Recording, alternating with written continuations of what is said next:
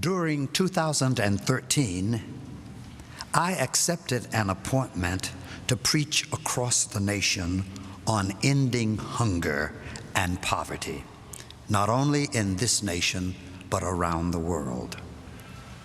In preparing sermons for this tour, for this mission, I ran across a text I had paid no attention to in 57 years of preaching. It was found in Luke's Gospel, chapter 8. It was a section where Jesus performed the miracle you've just heard about, the miracle of raising from the dead a 12-year-old girl, the daughter of Jairus, a leader of the synagogue. After Jesus had taken the little girl by the hand and called out, "Child, get up," the text says in verse 55, her spirit returned and she got up at once. Then he directed them to give her something to eat. I thought it was rather unusual for the mighty miracle worker to be concerned about making sure that the revived girl be given something to eat. Or why would Luke's gospel, the writer of Luke's gospel, include this detail in a narrative about raising a girl from the dead? This morning I want to invite you to join me in thinking about this issue. In other words, is this item listed in the narrative? He said, "Give her something to eat." Is this just a minor detail in the narrative? Or is there something more significant riding on those words and why Jesus said them when he did? In order to get us ready to think about this question, the issue is it a minor detail or is it a gospel mandate? Let's put it in the context. Jesus has returned from the area of the Gerasenes, and as he comes to the shore of Galilee, the people are waiting there. Great crowds always heard, Jesus is coming through. And as he got out of the little boat and came onto the land, a gentleman came up to him whose name was Jairus. He was a leader of the synagogue. He knelt at Jesus' feet and begged him, "Sir, please come to my house. My only daughter, 12 years old, is dying. Won't you come? I believe you could help." So Jesus starts on the journey to go to Jairus' house. On the way, Jesus stopped suddenly and asks the question, "Who touched me?"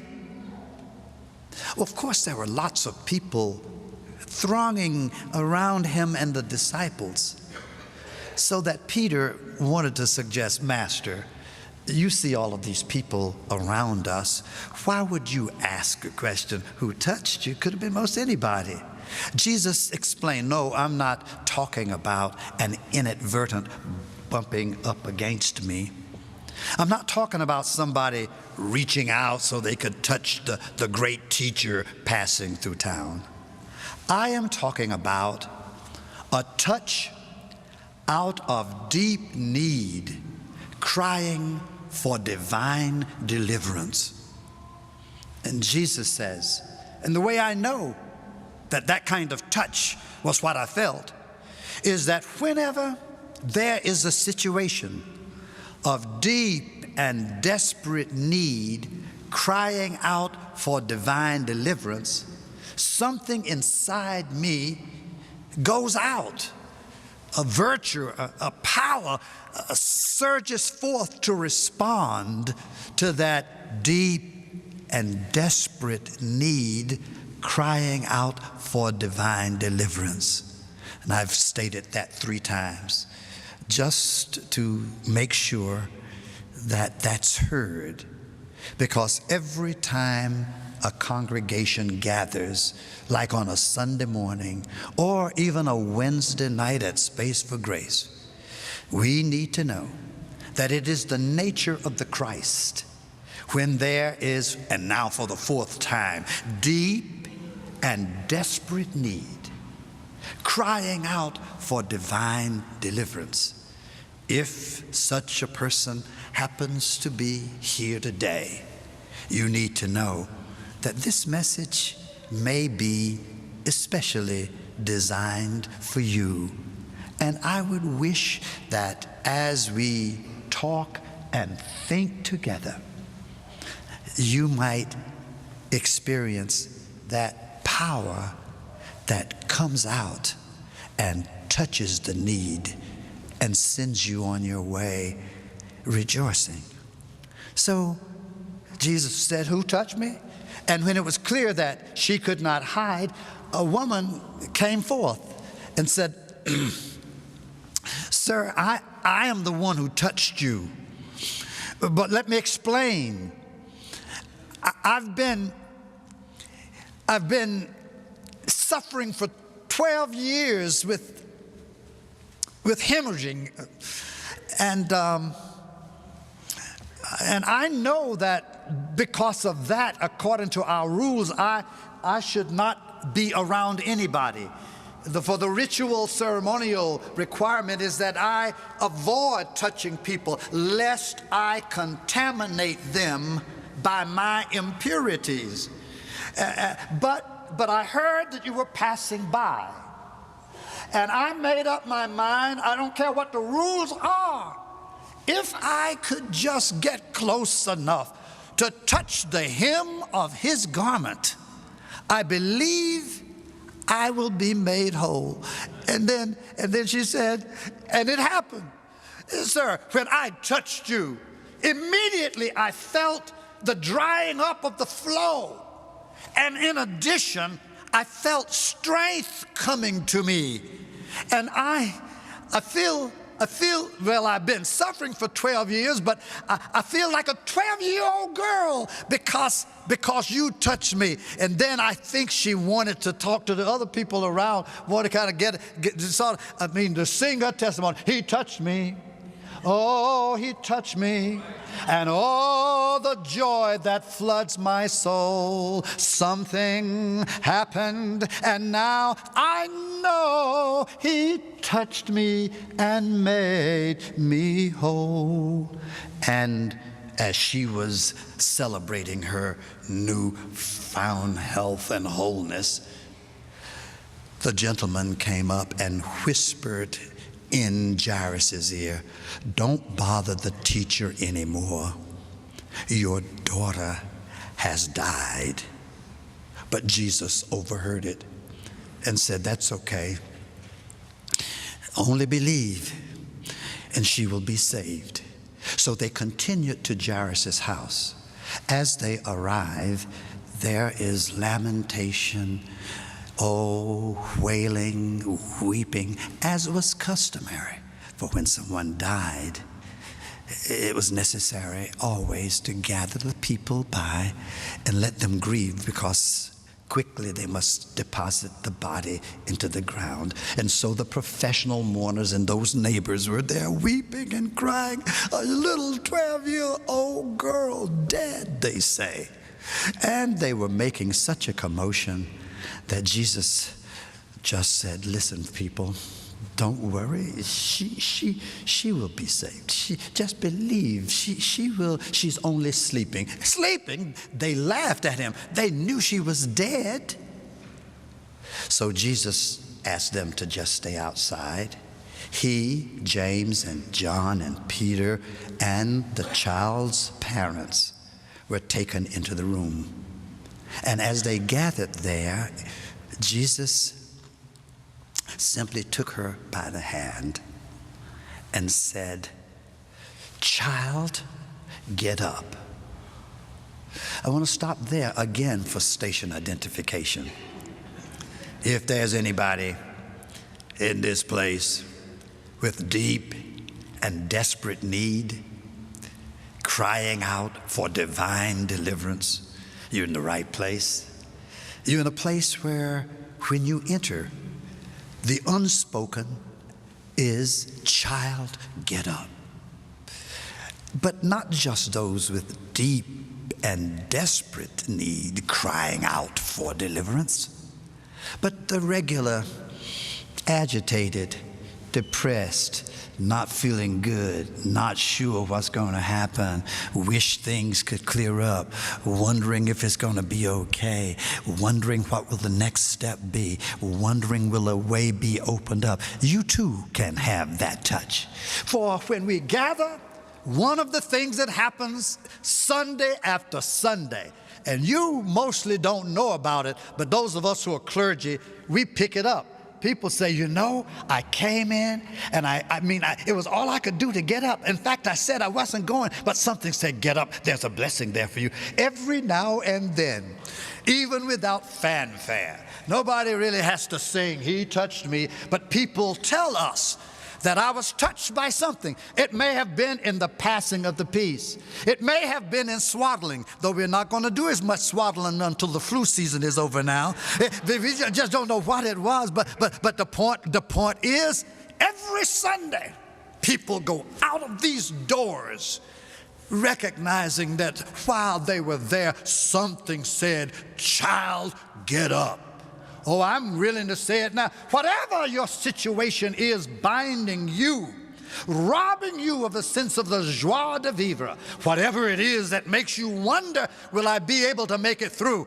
Honey, I say to you, child, get up. Let your spirit rise up and recognize that the Spirit of the Lord is here, and we feel it in the atmosphere. But we're back to the question that I raised in the beginning.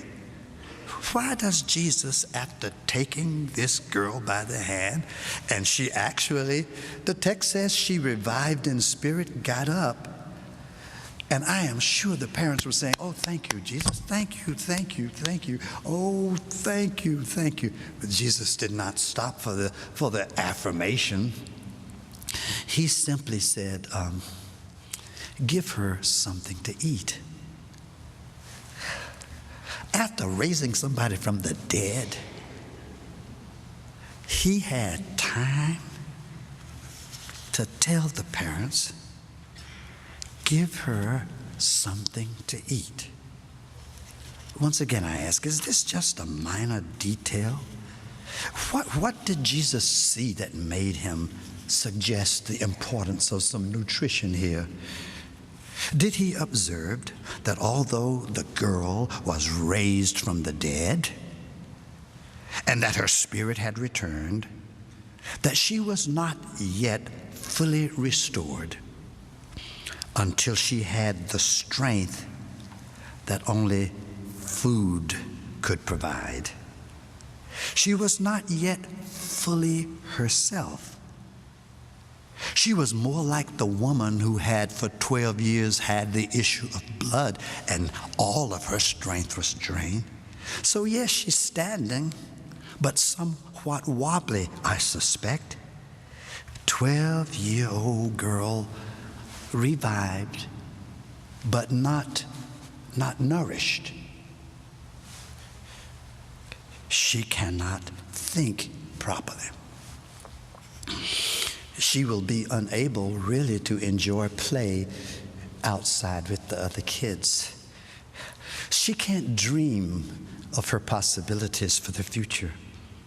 She is not likely to be able to do her chores in a timely manner, because where there is life, there must be resources to sustain the metabolic process.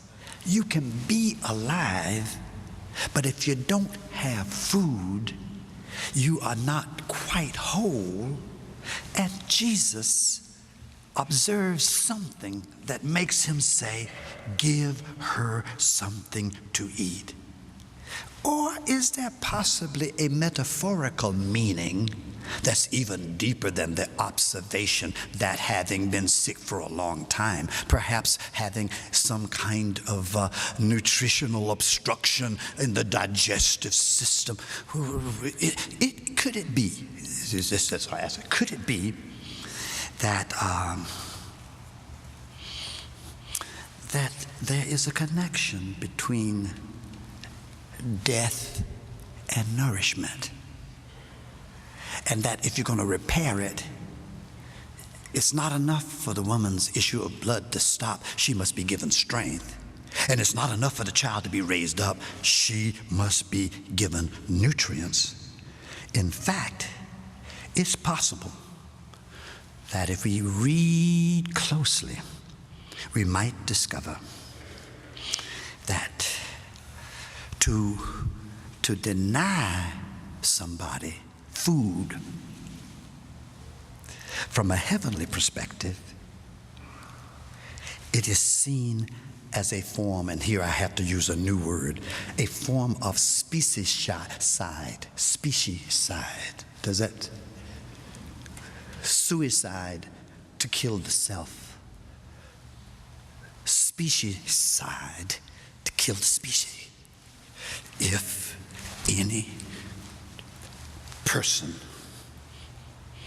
is without food, from heaven's perspective, especially if there is abundance, especially if there are those who hoard vast sums, especially if there are those who waste and throw away food, if there is any child in God's creation who is not provided one way or the other to receive food, then we are engaged, not necessarily directly, we are engaged in child sacrifice. Any child that is not capable of having a meal because there's nothing in the cupboard, that, and I'm not talking about sociologically. In fact, our society has just about gotten to the place that it's okay for folks to go to bed hungry.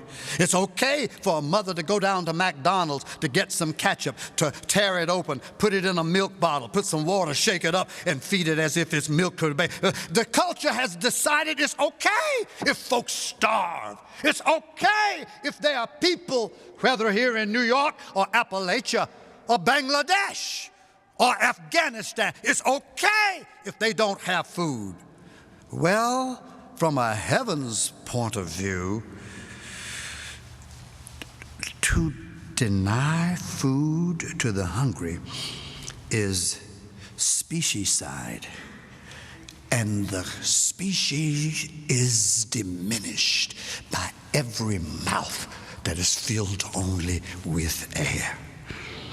This is possible. Now, but you know how preachers can do this. Sometimes preachers can get a hold of just a little phrase in a text and just go on and on and on about it. So it could have just been a minor detail. But I say to you, oh no, it was not a minor detail. And the reason I say so, I share with you now. When I was reading this text, I was so interested. Why would he say, give her something to eat? Is this just something that they threw in there? And I was led, Forbes, read the next chapter.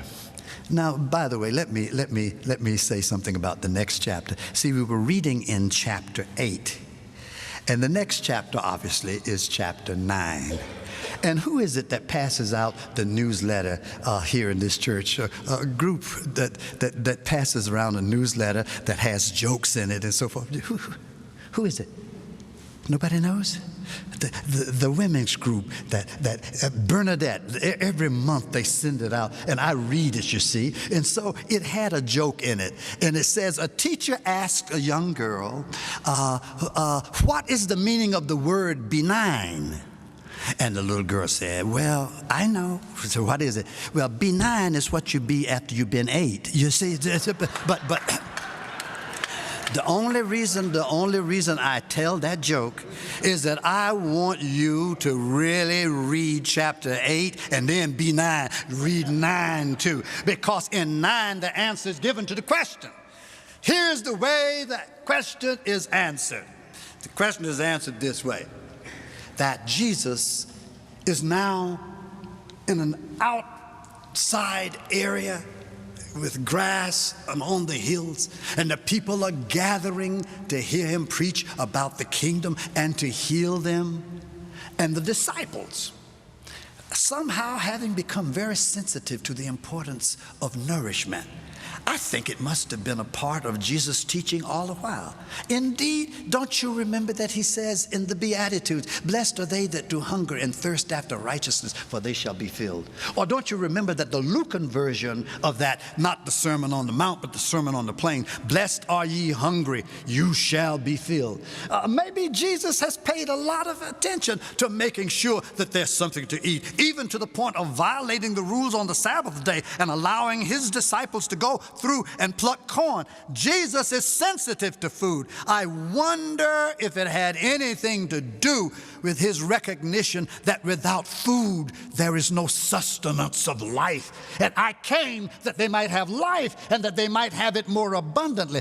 Yeah, Jesus was very sensitive to this. He did not want people to have to worry about whether there was going to be breakfast in the morning. He wanted to make sure that would be plenty when you go to bed and plenty when you get up. For don't you remember how he said, consider the lilies of the field. They don't even spend or toil, and yet Solomon in all his glory is not adorned like one of even the birds of the air. Something is prepared for them. Are you not of much greater value than these, he said. So Jesus must have been teaching his disciples, yes, I'm here to talk about the spiritual aspects of the kingdom, but don't overlook the issue of food.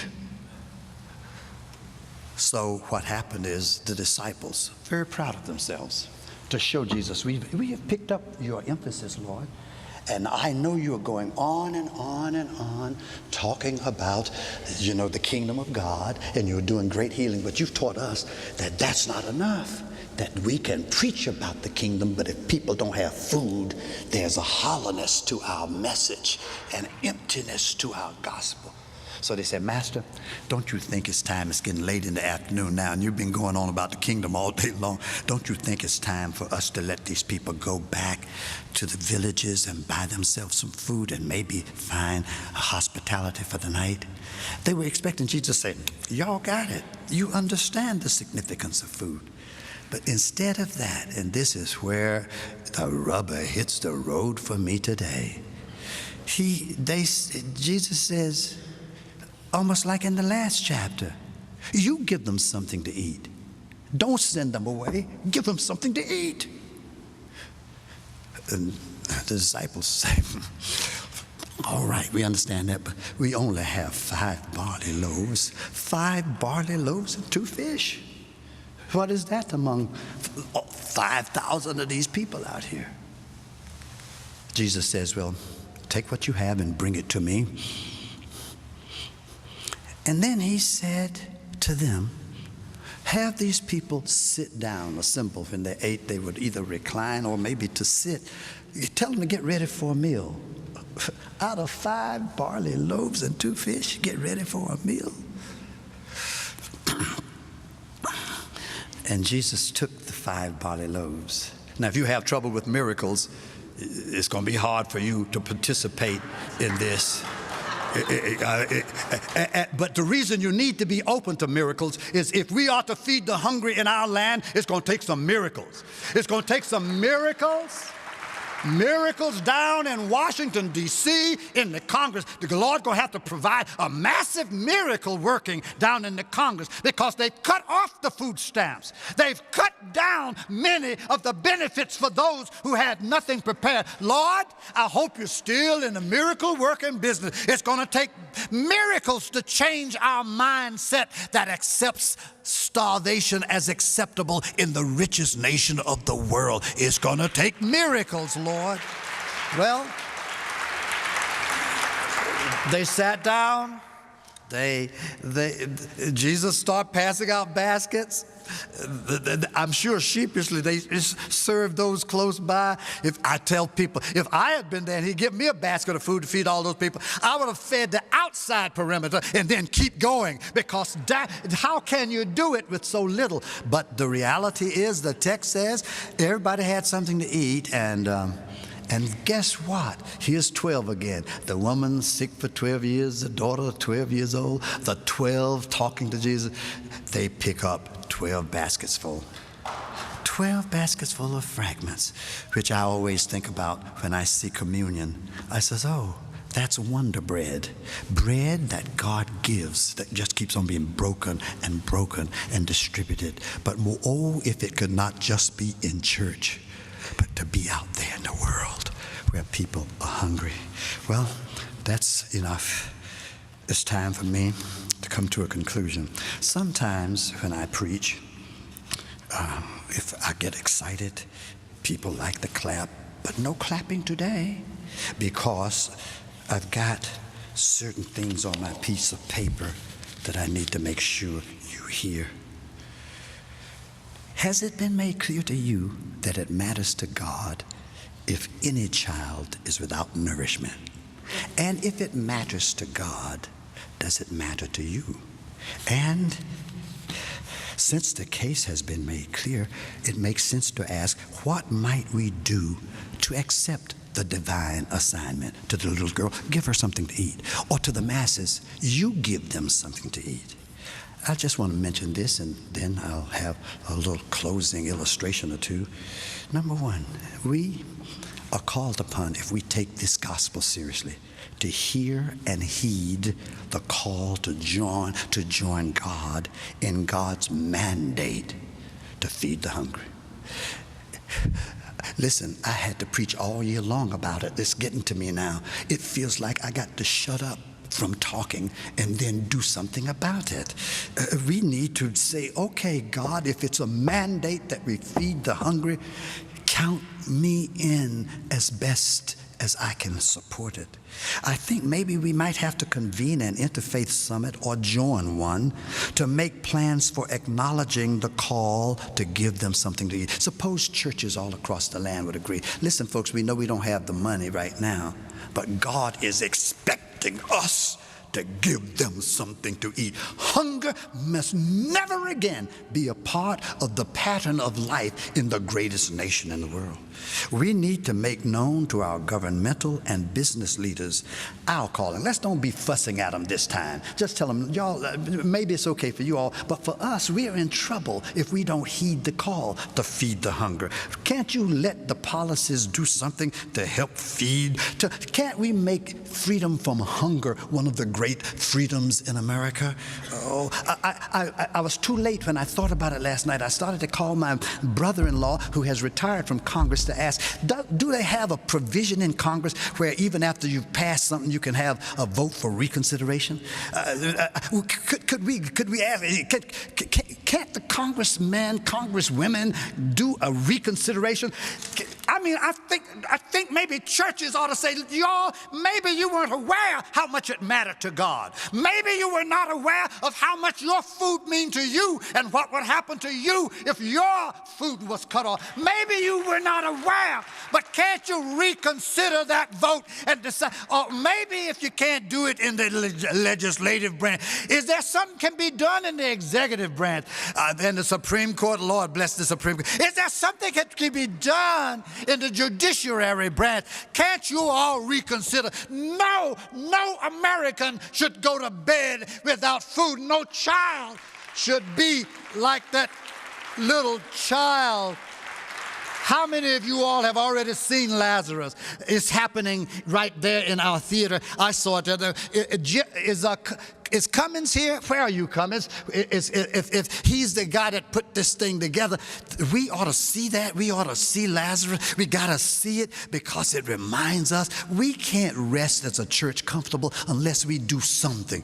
And we know we don't have enough. Everybody is aware of the fact that the economy is bad. The church doesn't have enough for itself, really, if it wants to sustain itself for a long time. But we better do something about it. Well, let me close now. I close with just 3 illustrations. One is that I had the privilege of working with Kellogg Foundation, and they find that I like to talk about faith perspectives.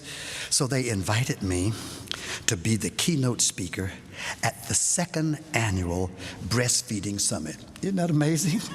Mm-hmm. And I had to pray, Lord, show me something here that's theological about this thing.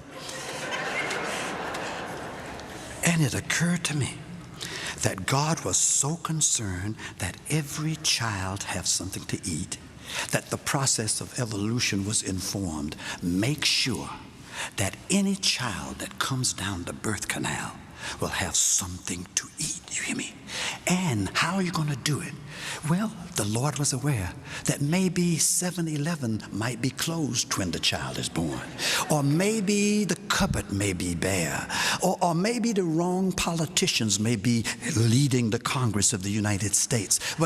So what God decided, I'm going to let their evolutionary process develop mammals. And one of the distinctions of the mammal is that the mammary gland is God's way of saying any child that's born must have available instantly food to eat. I cannot give life and then not have food to eat. So that's the first illustration. Thank God, guess what? We're all mammals. And if it were not, and if we don't even understand that, let's just decide the presence of mammary gland is one of God's ways of saying every child that comes through the birth canal must have food. That's the first illustration. The second one is that Lazarus. In Lazarus, when that little kid said, Mama, I'm hungry, I want something to eat, and all she can give is the promise and hope that there'll be food tomorrow.